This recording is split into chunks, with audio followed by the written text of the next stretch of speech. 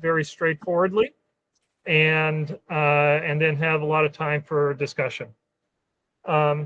So what this paper did is it was looking at the CA3 portion of the hippocampus, and maybe I should show one image here. Okay, so we've got a CA3. We've got a hippocampus diagram here.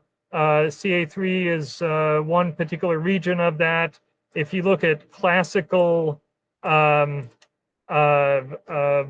models of how the hippocampus stores memories, like they in this paper they reference a bunch of papers by Edmund Rolls and Trevis and stuff.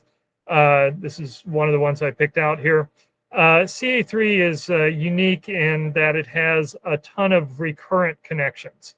It's got a whole bunch of connections to itself, and so it has been assumed for many decades to be an auto-associative memory. That it would be able to do pattern completion within itself.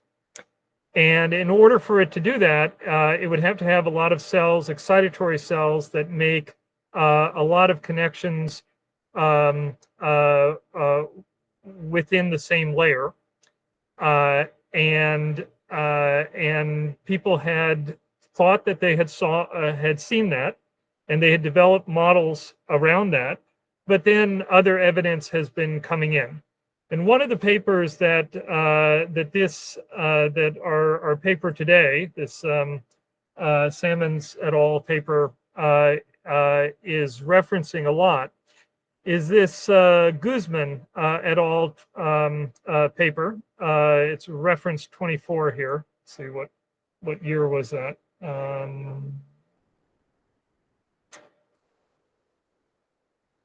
2016.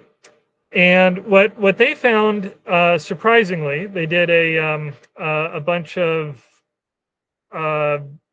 multi-cell patch clamp electrophysiology, which this paper also does. And they found that the connections were actually not particularly, it wasn't that strongly connected. It was like 1% about probability of any CA3 cell connecting, any excitatory CA3 cell connecting with another CA3 cell. And that study was in rat. There's a bunch of arguments in this paper to say maybe that wasn't, but in any case, that was a science paper. It was a big a splash, and at least according to this paper, it went counter to a lot of the memory models that assumed that CA3 had a lot of recurrent connections, many more recurrent connections, and that paper actually gave a model that tried to show how you could still get attractors in memory from such a underconnected CA3 network. Well, in any case, what this paper does is it uses two techniques. It uses electron microscopy reconstruction, and it uses the same technique that this other paper did, this Guzman paper of whole cell patch clamp, multi-cell, to recalculate the probability of a CA3 cell connecting with another CA3 cell. And by both of those methods, they get an order of magnitude 10 times more probability of connection than this Guzman paper did. This is in mouse. Maybe there's a difference there, but in any case, what I think I want you guys to take away from this is that these experimental papers, they can have tremendous ramifications for models of memory. The difference between 1% connectivity and 8% connectivity probability is enormous when it comes to how easy it would be to store multiple memories in the CA3. And in the hippocampus proper.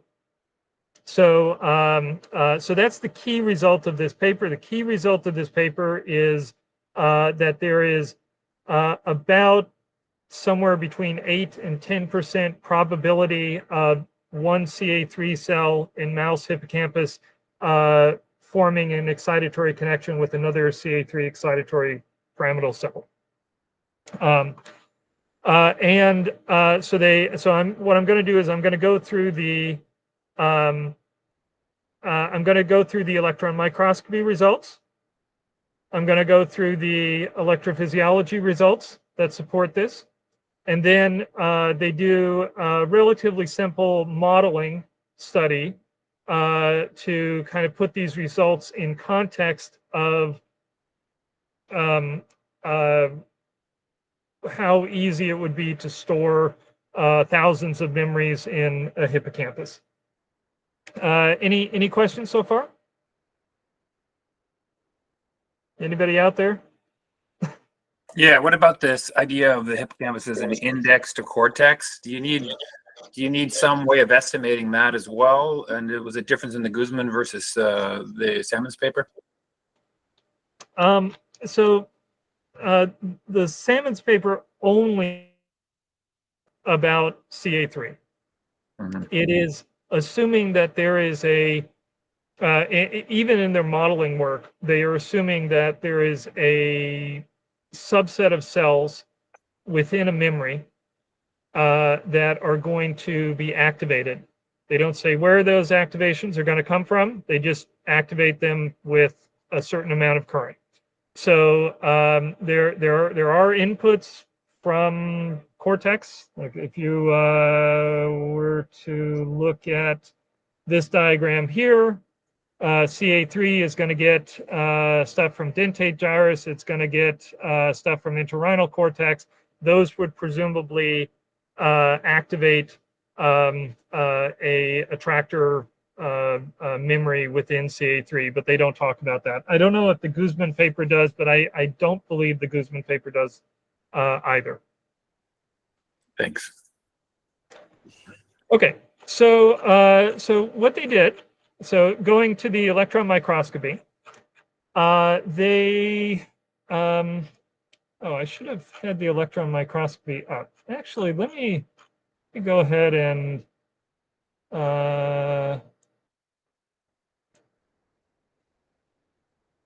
look here. So they have the full electron microscopy volume, although not any of the tracing, as far as I can see, within that they use for this paper. So this is a WebNosis link to the actual data that they use in this. It's acquired on a multi-sem at 4x4 by the thickness of the slices were 35 to 40 nanometers. And it's a relatively big volume. It is about 1 millimeter by 1 millimeter of the CA3 region of the hippocampus. And but it's only 62 microns in depth. There is another paper that they have in, I believe it's just in bioRxiv now, that is looking at the CA1 region. We might want to consider doing that at some point. It's an even larger volume. But for this one, this is just in CA3. Okay, so what they did is now they didn't trace the entire volume. That's not something they could do. What they did is they took this single volume. They found 7 cell bodies, seven pyramidal cells that, I will quote them, we identified 7 pyramidal neurons with at least 2 axon collaterals within the volume. So there's a certain selection bias here. I'm gonna put it out there. They don't really say anything more about that. This is a very thin slice, 62 microns.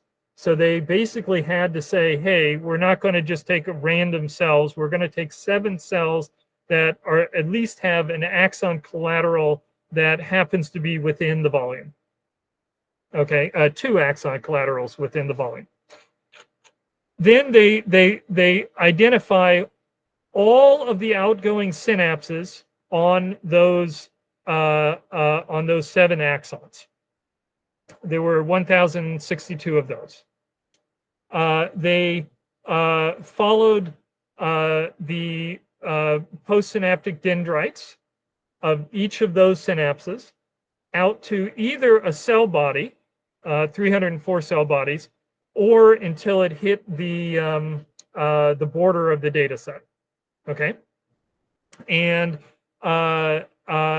then they said, hey, we only were really caring about excitatory to excitatory, so we are going to use the spininess, how many spines you have on these dendrites, to classify the dendrites, the postsynaptic dendrites that these 7 axons are connecting to, as either excitatory and inhibitory, and they found 795 excitatory cells. Okay. They had to also only consider the ones that had cell bodies within this volume, although I think that was the majority. It's a little unclear. And then what they did is they said, let's look at each one of these. So we've got cell number 3 of these axons. It contacts one of these other cell bodies. How far was that cell body? And they did that for each of these, and they've got these plots here. So, so the key one here I want you to look at is this found connections. This is saying the x-axis here is intrasomatic distance, so it's the distance between the 2 cell bodies, the one that had the axon that they're following, and the one that it made a synaptic contact with, right? And they plotted the number of found connections for each of these. And so within 50 microns, they found this number of connections, this number of cell bodies that this cell connected to. Within 50 to 100, they found this many. Within 100 to 150, they found this many. And they could compare that with the total number of cell bodies within that distance. And by doing that, they could divide these two and get the probability of connectivity within a certain distance. And the gray lines here are saying for each of the 7 axons. The black line is the average of all of them. And so if you look at the average of all of them, you get a I'll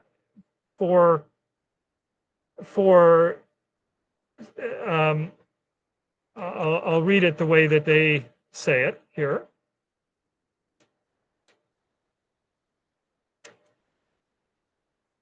We found a local connectivity of 11.2% probability. That's a probability of any individual CA3 excitatory cell to synapse on any other individual CA3 cell. We found a local connectivity of probability of 11.2% within 50 microns of the presynaptic soma, the cell body that we're tracing. And that dropped to 5.5% within 250 microns. And the key thing is they said, to our surprise, this exceeds the previously reported connectivity by up to an order of magnitude. And this is this Guzman et al. Study that had been in the literature prominently for CA3 until then. So another thing that we should think about, though, is that this is a thin slice.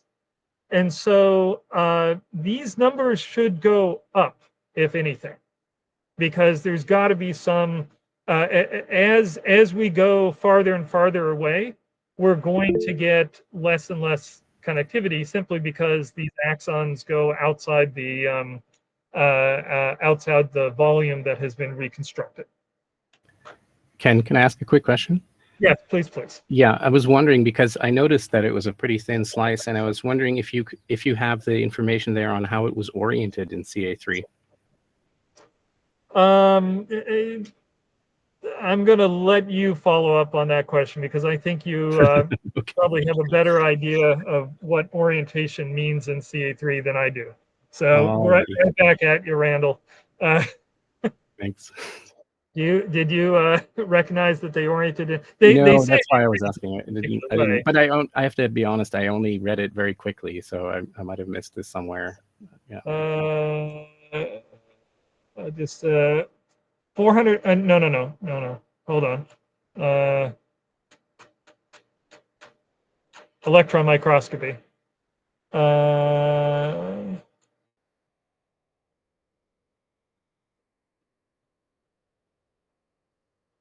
Thick horizontal slices with a vibratome.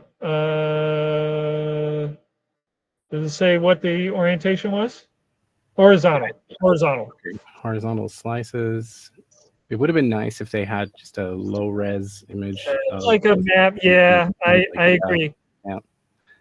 They also in the electrophysiology that we're about to go to, these were also horizontal slices. So I kind of figured that these are probably so this is their schematic of it. So I would assume that this is the best axis for getting collaterals. Yeah, that does make sense. Yeah. Okay. All right. So, sorry, Ken. I have also a question. I'll put my head down. It directly ties into this. So the thickness of 60 microns.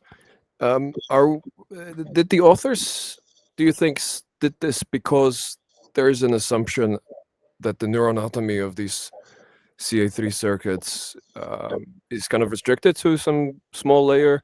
No. Or is it just a physical engineering limitation? What do you think? It's a physical engineering. In fact, the slices that they're about to use for the functional connectivity, those were 400 micron thick. And I've seen studies that kind of say, well, 400 micron thick, we're going to lose some at 400 micron thick. So this is purely a they had to slice 1,700 sections at ultra thin and make sure that they were collected properly. So it might very well be that they were trying to cut thicker and something screwed up in the slicing and they couldn't get it to work. Okay, understood. And then one small comment that I just wanted to get a clarification on. The outgoing local synapses, 1062, how many neurons do these 7 axonated neurons actually synapse to? Yeah, so it is okay, so it's probably here because they say there's 1062 synapses and they say that there is 10%, so 96 out of 947, so it's 947. So 947 total connections, 96 of which are multiple synapses. So more than one synapse onto the same cell body or the same cell, the same postsynaptic cell. There is one caveat with that because if some of the cell bodies are probably outside of the volume, and so if you have a synapse on one dendritic tree and a synapse on a different dendritic tree, you can't necessarily know that those dendritic trees aren't part of the same cell if they go outside the volume. Does that make sense? Thank you. Yes. One of the other things I thought might be interesting, I just noted here, is they say they didn't observe any autopsies. They didn't observe any cells that connect to themselves. And actually, it seems to me like that is unlikely, given the statistics that they already found.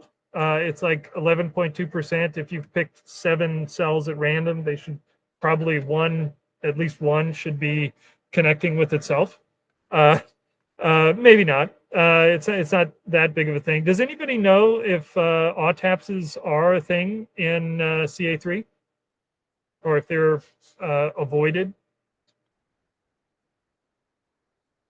I do not remember, unfortunately. Okay, I don't think that that's something that you could easily determine with electrophysiology. You would almost have to do that with this type of electron microscopy, if I'm understanding it correctly. Okay, so in any case, if this was the only part of this paper, I would still be super impressed because it's a really big connectomic study and it's really cool. But I could see that reviewers would pick this apart and say, oh, you know, you picked these 7 axons with a bias. So how do we know that this is really characteristic, right? This was only 62 microns. How do we know that it's characteristic? So it's really good that they did functional connectivity as well. So, so the functional connectivity that they did, they took, this is an overview of the experiment. They took a total of 52 mice. So instead of 1 mouse, they took 52 mice. This is a testament to how much easier electrophysiology is than connectomic studies. So they took 52 mice. They recorded 119 slices from total. These are 400 micron thick vibrotome slices. They recorded from 410 neurons with up to 8 cells simultaneously. And the typical type of experiment was that they would inject current into one of the cells, like let's say this blue cell here. They would inject current into this blue cell, so it's caused to fire, and then they would look for postsynaptic potentials in the other neurons that are potentially connected, right? And by doing that, they found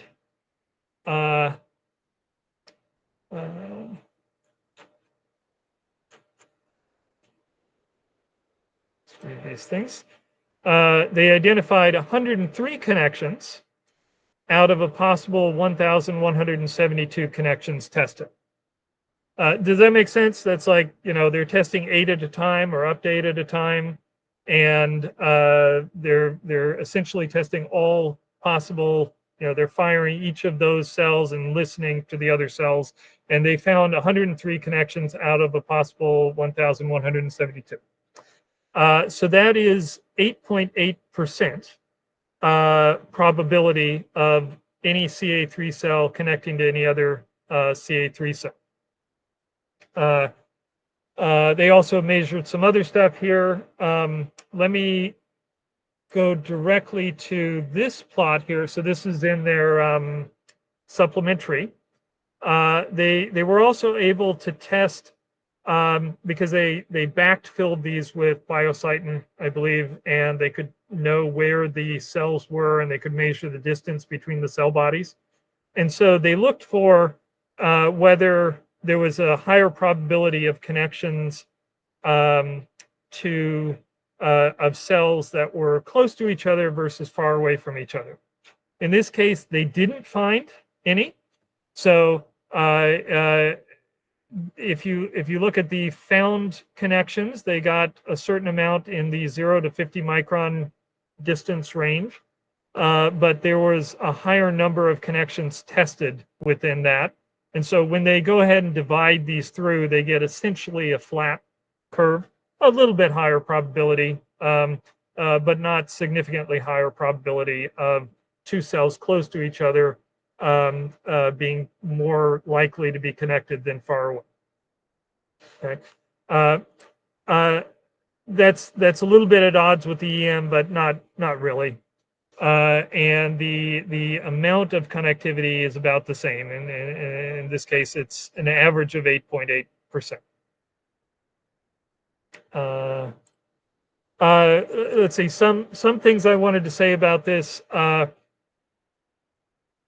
they are able to measure the amplitude of the excitatory postsynaptic potential. But if you think about that, if you had a very, very weak synapse, like a silent synapse, you would not see it. So you can imagine that you would be able to see synapses in the electron microscopy that you would not be able to see by this technique, if I understand it correctly. Any questions on that? So No essentially, immediate question. I'm just really stunned and in fact I was stunned reading all the way through the paper how much this is kind of like what you would love to find for, say, the predominant models of CA3.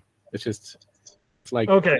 fits perfectly. How is there nothing that's really off so far? Yeah. Yeah. I guess what Yeah. okay, yeah.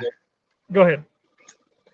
I mean, this is a question for later, I guess, but I hope that this group still has funding, all things considered.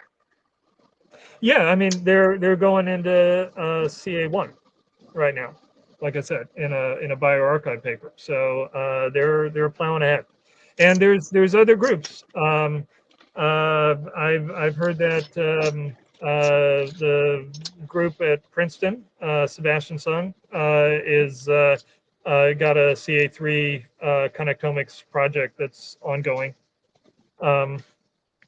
That is looking at this with a TEM data set.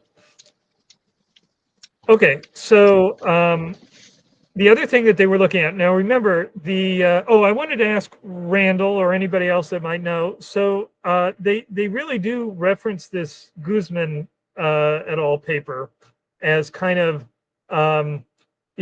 gee, we found something different than what other people were expecting in the literature. Was there no, is that Guzman paper like an outlier lowball, and there's a whole bunch of ones that were also in the 10% range? Does anybody know? All I know is that from previous electrophysiology, the assumptions were more along the line of the 8.8% that they found. And so the Guzman paper looked like a bit of an outlier from that point of view.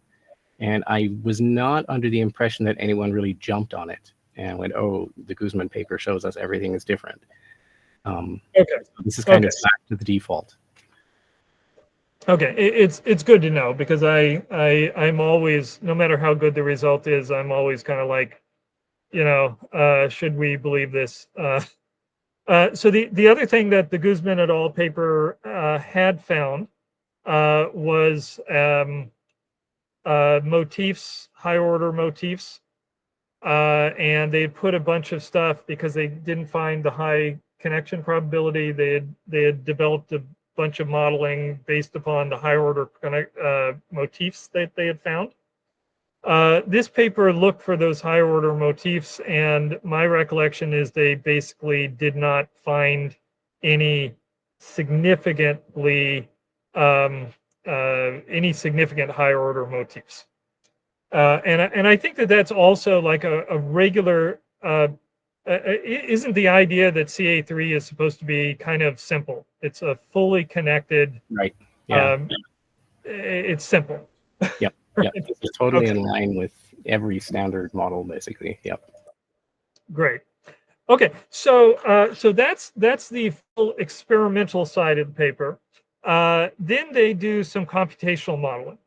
And I'll go through this very quickly because I'm dying to hear what Randall thinks of the simplicity of this model, because I'm pretty sure that this is a way overly simplistic model of CA3. But what they did is they said, okay, we're going to assume that memories in CA3 are of this type. Where CA3 has let me go to the main figure of that. Okay, so we're going to assume that CA3 has N neurons.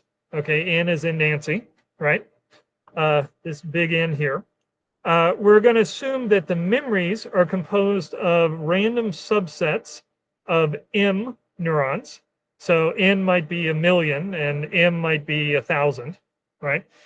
We're going to assume that that memories are composed of M neurons that are themselves all connected as much as they can by stronger excitatory connections, okay? And then, because we know that the hippocampus is all about sequences, we're going to assume that there are, that each one of these attractor states is also sending excitatory connections to the next M subset, and then the next M subset, and the next M subset. And so, if to test a memory recall would be to activate one of these, I'll just say memories, activate one of the memories, and then see if the sequence of memories replays. Okay, and they give an example. They have a computational model. It's a leaky, integrate, and fire model. Relatively simple, but not that simple. I mean, you definitely are having spiking neurons. You have N divided by 4 inhibitory neurons. The inhibitory neurons are set up with a form of spike time dependent plasticity, so that it gives the proper amount of inhibition to put it into something that they call a what do they call it? Well, some kind of state that's an interesting state. So it's not overactive and it's not underactive. It has a way of adjusting the inhibitory automatically to get into a kind of an interesting state. And so they will form these memories, and I'll tell you in a second how they form these memories. They'll form these memories, and then they'll inject half of the cells within a particular memory. They'll inject those with enough current to cause them to fire. Presumably, they'll fire everything within that group, and then they'll go into a refractory period, but that'll cause the next set of neurons to fire, and the next set of, and the next set of. And so, if you look at plot B here, this is a sequence of those memories that are properly being recovered. And this is a sequence of memories that fails. Does that make sense? I didn't say that very well, but. So you were asking about the realism of the model? And yeah. So it's not totally unrealistic. So the thing is, they're focusing completely on CA3, which means they don't have entorhinal input, dentate gyres, anything like that. They don't have any of that. They're not feeding it forward to CA3. They don't have theta rhythm. They haven't got any of that in there. So the only mode that they can do, the only, like something similar to what bigger, more complex, more sophisticated models of hippocampus will show, the only mode that this accords with is the ripple mode, where you get a ripple retrieval very fast, as you would, for example, in retrieving well-established memories, or say during slow wave sleep, when you're kind of running through those as well. So you don't see a lot of the other behavior where you would say have kind of an acquisition phase and a retrieval phase, or where you would have a stronger separation between the patterns, the individual patterns that are being retrieved in sequence here. I also didn't see them testing cued recall, where you would give only a part of each pattern and then see if the whole thing comes back and how much percent the cue needs to be or anything like that. Yeah. But it's not crazy, you know, it's a basic ripple effect. Okay. And I think from this perspective, it's also because one of the things I look at here is you know, from a memory decoding point of view. This paper is is showing how difficult it would be under this model to decode memories from the connectome, right? So the other thing is that I believe, and this is what they say in the paper, if this connectivity was not 8%, but it was 1%, this would be much more difficult to do. It would be much more difficult to find parameters. There would be a smaller space of parameters that could robustly store many memories than having a high connectivity. Where does the connectivity come in? Let me back up for just a second to that. So basically there's assumption of random connectivity of let's say 8%. They vary that, okay?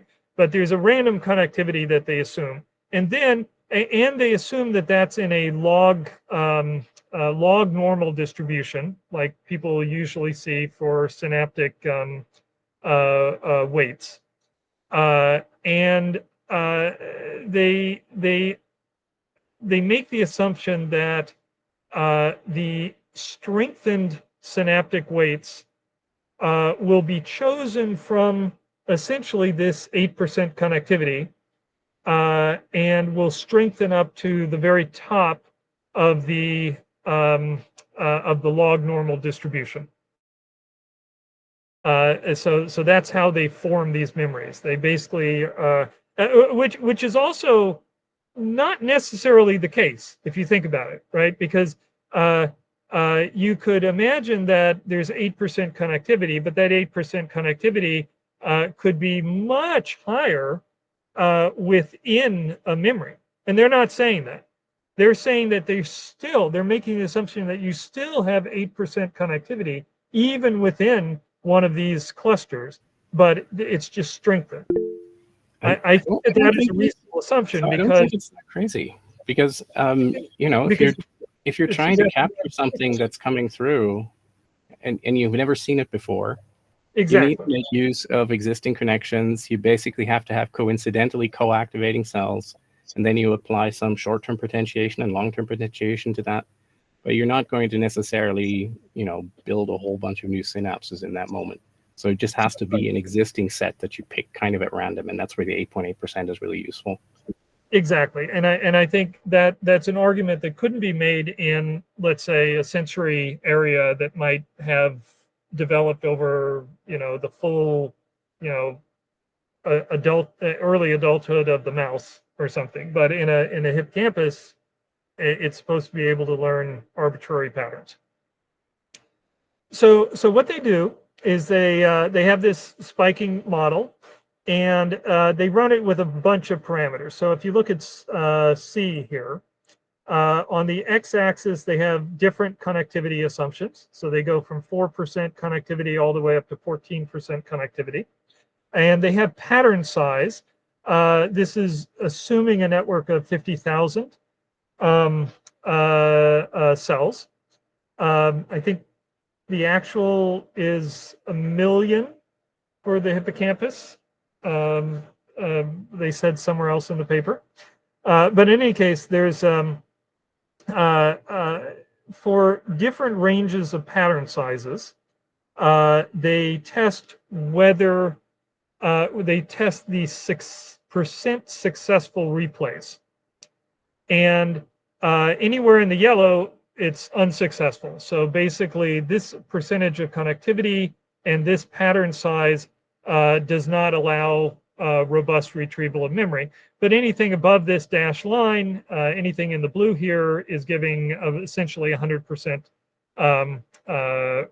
successful replays. And the 1 and 2 boxes here are the same network. 1 is showing a failure, 2 is showing a success. Right?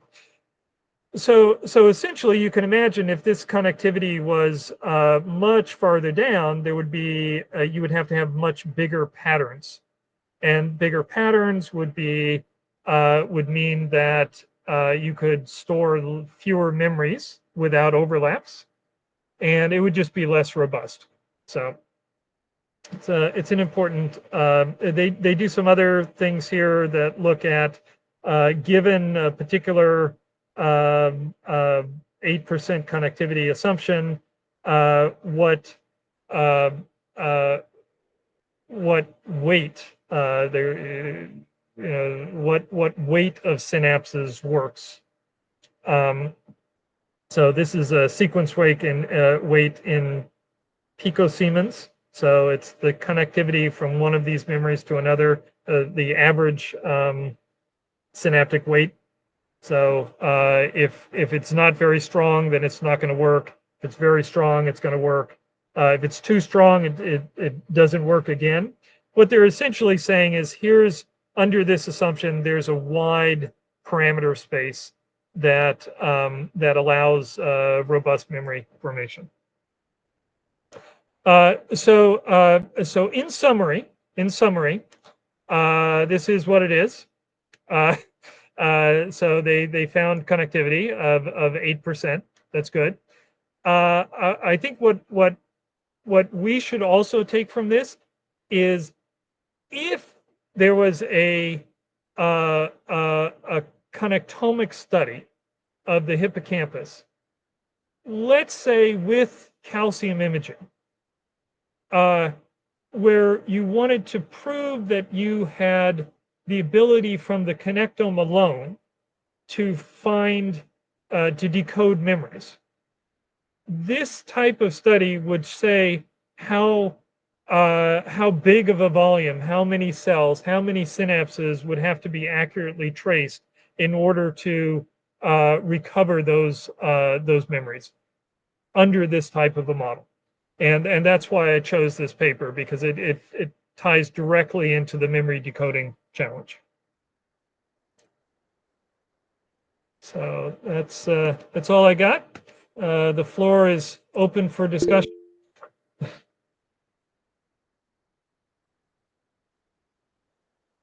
So I'd like to. You are muted. Samuel is muted. Sorry Oh. about that. Their hands? Is it hands thing? Oh, sorry, hands. I just had a technical question about the last figures that you were showing. Would you mind opening those again for us? As you made a comment about as the n of cells goes up, the memory that you can encode fewer memories and they will be less robust. And I just Yeah, I want did see that. to Yes. understand that comment. So you were referring to figure C, I think. I was referring to figure C. Actually, so figure C is definitely saying that you have to have this many, if you want to have robust retrieval. Let's take a specific example. Let's say we have 8% connectivity. If we want to have robust retrieval, then the pattern size would have to be 1,200, let's say 1,100 or more. So out of 50,000 neurons. So along those lines, if you think about it, if you have 50,000 neurons and you're choosing 1,100 neurons at random, then how many of those memories can you choose before you start to get significant overlap between them? And so the thing that I wasn't making clear is that if you can avoid overlap with memories, then you have robust retrieval. But if you try to store more memories, so many memories that there's a significant overlap between memories, then you're going to reach the capacity. And so that's why I'm saying that the lower the pattern number relative to, the lower M is as a percentage of N, the more memory capacity of the network. I think that makes sense. I will ruminate over this, maybe come back later. Okay. There is a wide literature on this, and I know the Rolls papers that they were referencing, they have other things that come into this, like the number of synapses. I believe Rolls had Edmund Rolls had a determined that the number of memories was also capped by the number of synapses per neuron. So there's other things that come into memory capacity other than just connectivity, random connectivity percentage.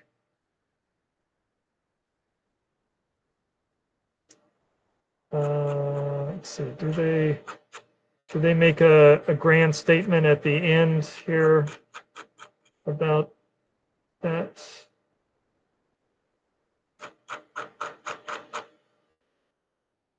Yeah, I'm sure they make a grand statement somewhere, but the other thing is that deep in the methods, they talk about a million in here we go. The network size varied from in vitro like 1,000 to 10,000. So if this is a single slice, to in vivo like CA3 networks of approximately 1 million. So I think I'm getting from this that in the real animal would be 1 million.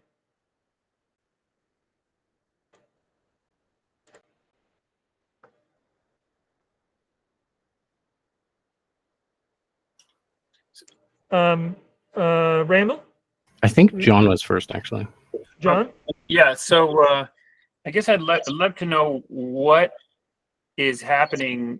What's the model for what's happening when you're replaying a memory, doing the pattern completion in their comp neuroscience model?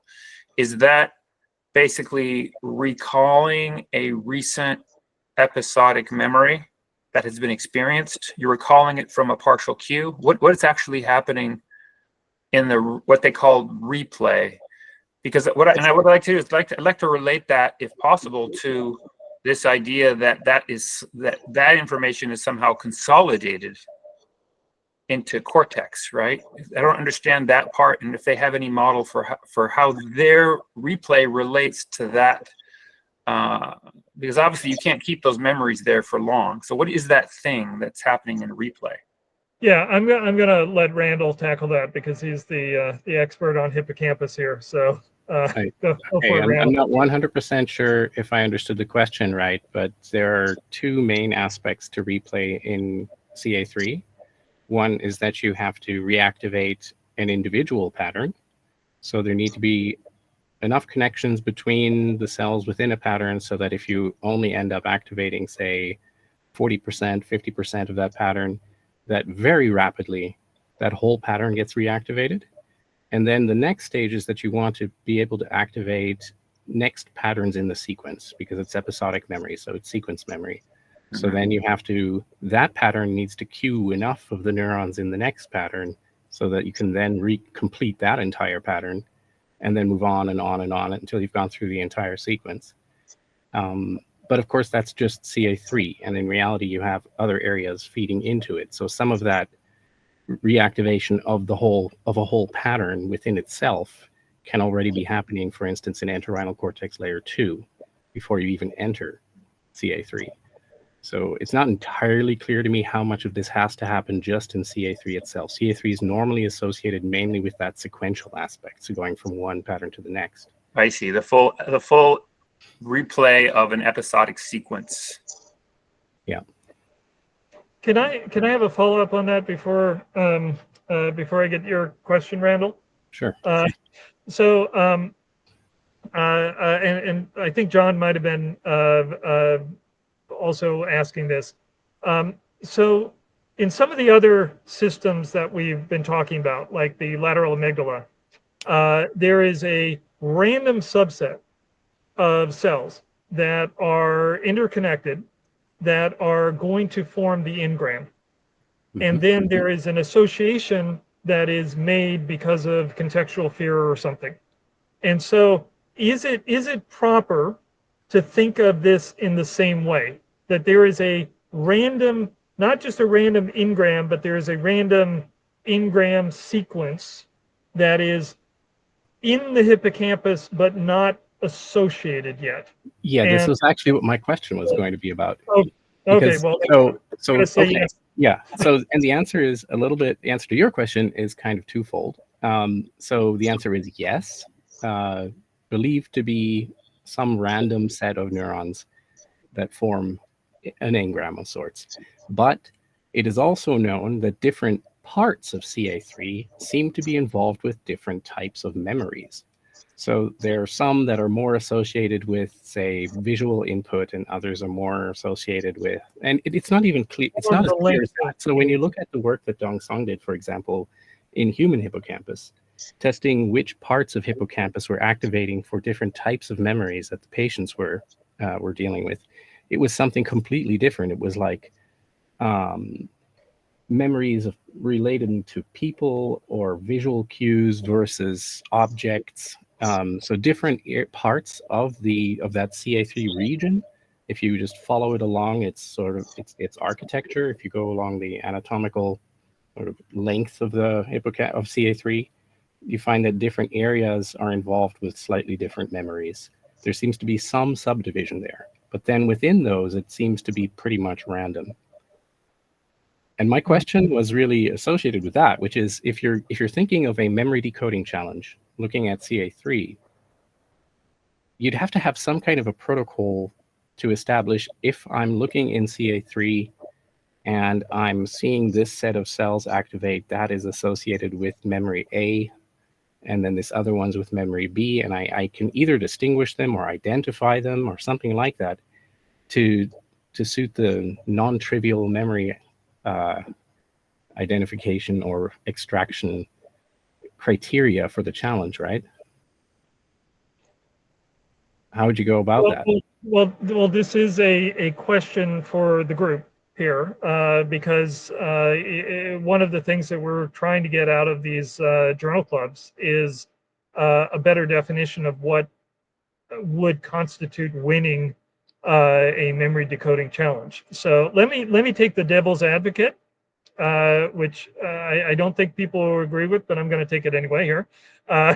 Just for this, I don't agree with this either. But if you had calcium imaging that showed a sequence, let's say, of activity in CA3 in a slice, okay, and then you put that slice in glutaraldehyde, did the EM, picked out connected subgroups, and found that that sequence of activity could be predicted from the connectivity. Would that constitute a decoding of a memory?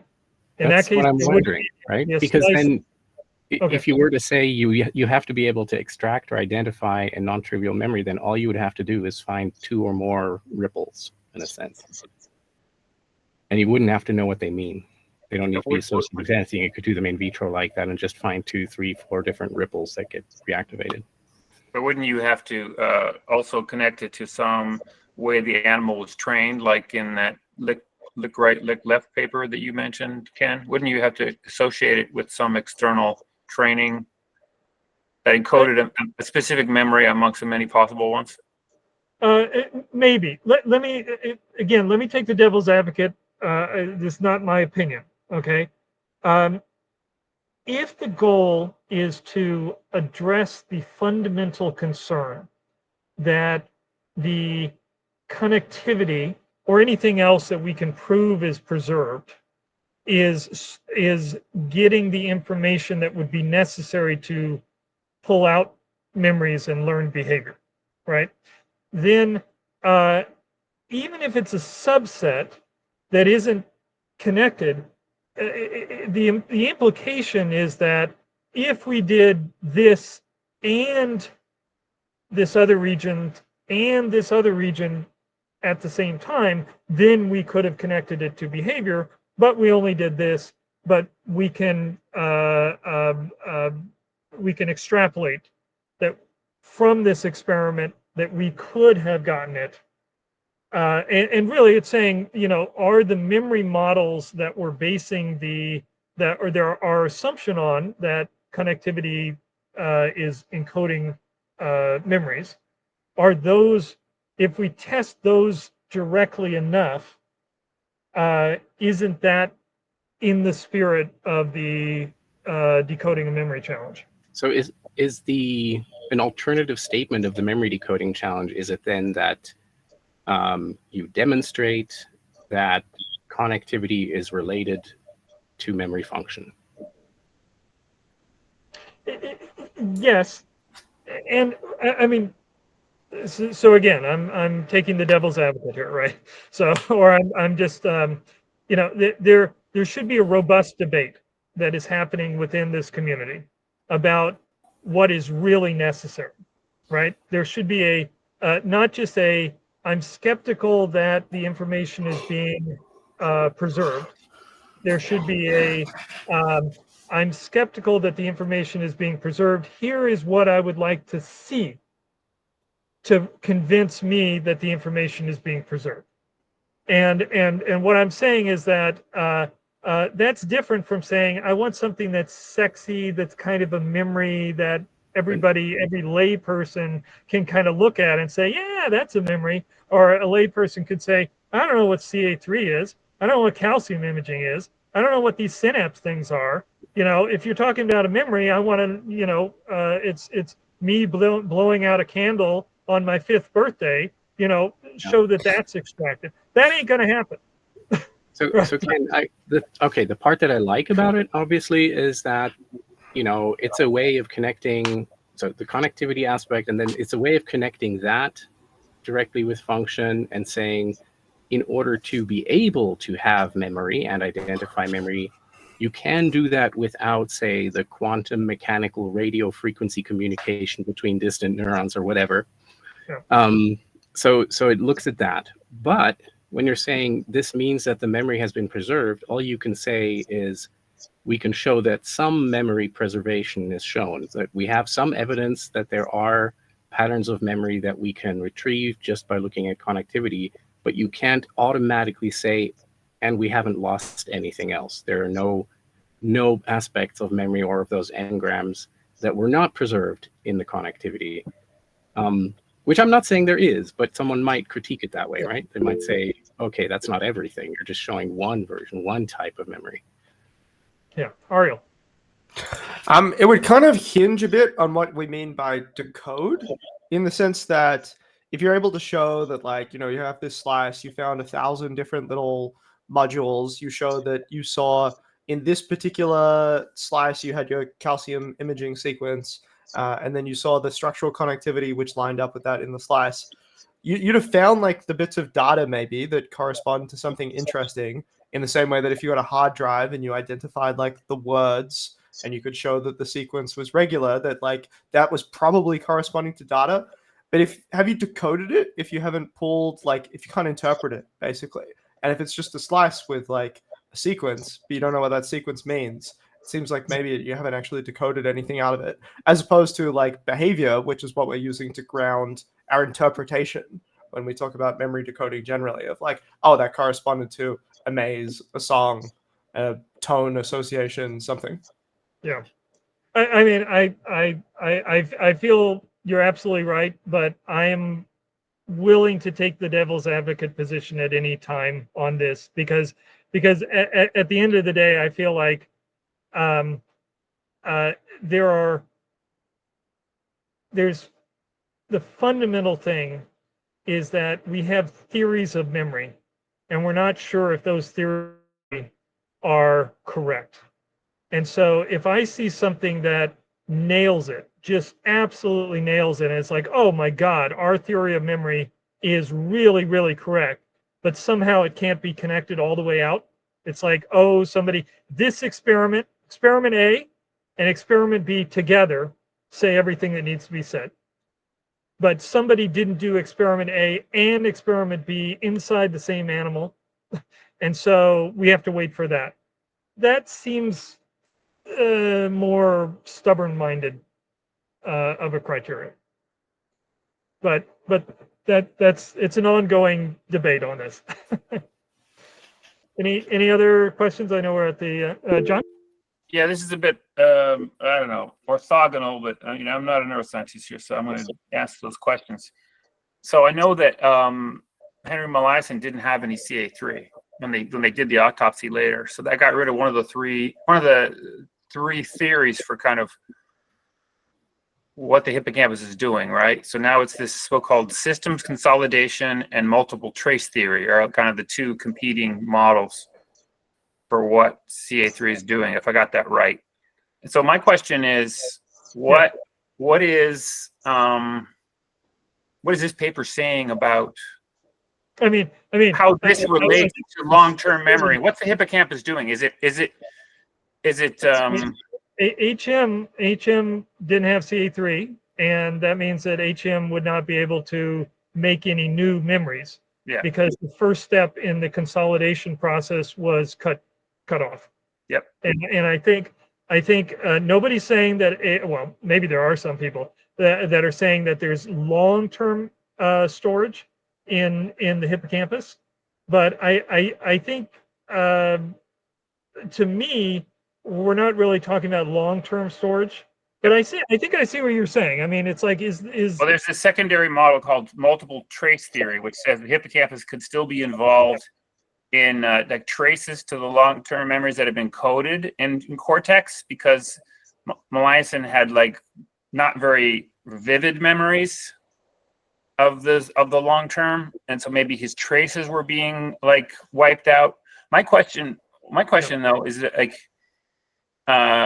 imagine the future. What do you think's happening, or what do these folks think is happening after you've recalled this episodic memory, and like Randall was saying, you're playing through a series of them in your head? What's happening? What's happening to? Where does the compression happen? That's my question. Where does the compression to long-term happen? Must happen in cortex somehow? What do people think is going on? You want to take that, Randall?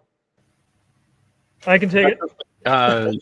John, by compression, do you mean the distributed storage? Yeah, distributed storage into cortex, so that you don't need it when you put in the long-term memory. You no longer need the hippocampus. Yeah, right? So there are definitely details there that I do not think have been worked out. But one aspect of it does have a pretty good, some good support, and that is the involvement of two things. One is the replay that happens during quiet moments and also during sleep. That the replay is something that enables reactivating areas in cortex that were involved with the episodic memories and therefore allow them to form stronger connections. And then also, and this is important for the distributed storage, that potentially during REM sleep, but maybe also at other points, that you have what might be an interleaved reactivation of these patterns, so that you have older memories and newer memories being reactivated in an interleaved way, so that you're not erasing old memory as you're putting new memory in a distributed manner, which is something that you can, lots of people have already shown this in artificial neural networks, that you need interleaved training if you want to do that, if you want to achieve distributed storage. There is something, there's something, by the way, about the previous point about, whether or not hippocampus is still involved with longer term memories. We have to be very careful what we say or think we're saying when someone says these people had sharper memories or just vague memories, which is that I don't know those studies, so I can't comment on them directly. But I wonder if there's a case to be made that the sharper memory is really a case of updating, where you're having recall into CA3 and then you are forming memories, basically taking your old memories and creating new, fresh ones that maybe aren't even correct. You confabulate things. You're creating likely scenarios. That's something that we also discussed in our other journal club, obviously.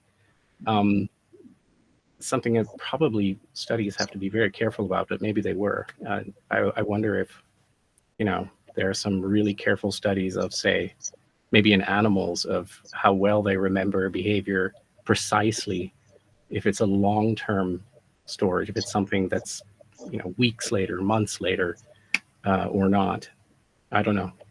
be interesting to find those studies. Yeah. Thanks, guys. Samuel, go ahead. Thanks. I want to go back to the previous question and then go on a slight tangent. So linking an engram or a memory to a behavior, I am familiar a bit with the work of Sosono Tonegawa back when the headlines in 2014 were about implanting false memory into hippocampus. So the kind of scheme there was that they labeled recently active cells with CFOS and channel rhodopsin for later optogenetic activation. But I'm wondering, I remember from that experimental setup, it took like 2 days when they took the mice off docks to have these cells express activity or be labeled with activity, which obviously will contain many memories in that time span. Does anybody know whether this procedure has improved over the years so that we can actually isolate something of the sorts of few hours of a neural activation? I can't put my mind on it right now, but I know that there is a new technique that I wanted to do it for a journal club at some point that literally was trying to narrow that window down to it seems like Ariel knows what I'm talking about. Was it minutes? Yeah, I remember we covered something where they did it with like some other light activation style system for tagging stuff that was only within like a minute or two of when they shone some light on. I'll try and find it. It was some other. Instead of being doxycycline or whatever, had to have a light illuminating for the tagging to occur. And so that meant, boom, you could label it. I think it was developed at Genelia, but it's a good possibility.